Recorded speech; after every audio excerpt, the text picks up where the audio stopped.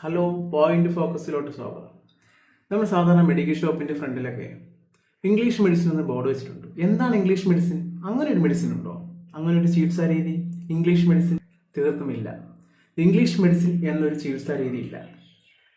Modern മെഡിസിനെയാണ് നിങ്ങൾ ഉദ്ദേശിക്കുന്നതെങ്കിൽ അതിന്റെ പേര് അങ്ങനെയല്ല. ബ്രിട്ടീഷുകാർ നമ്മളെ പരിചയപ്പെടുത്തിയ മെഡിസിൻ എന്നുള്ള രീതിയിലാണ് ഇതിനെ ഇംഗ്ലീഷ് മെഡിസിൻ എന്ന് നമ്മുടെ പൂർവികർ പറഞ്ഞു തുടങ്ങിയത്. ഇത് തെറ്റിദ്ധാരണയാണ്.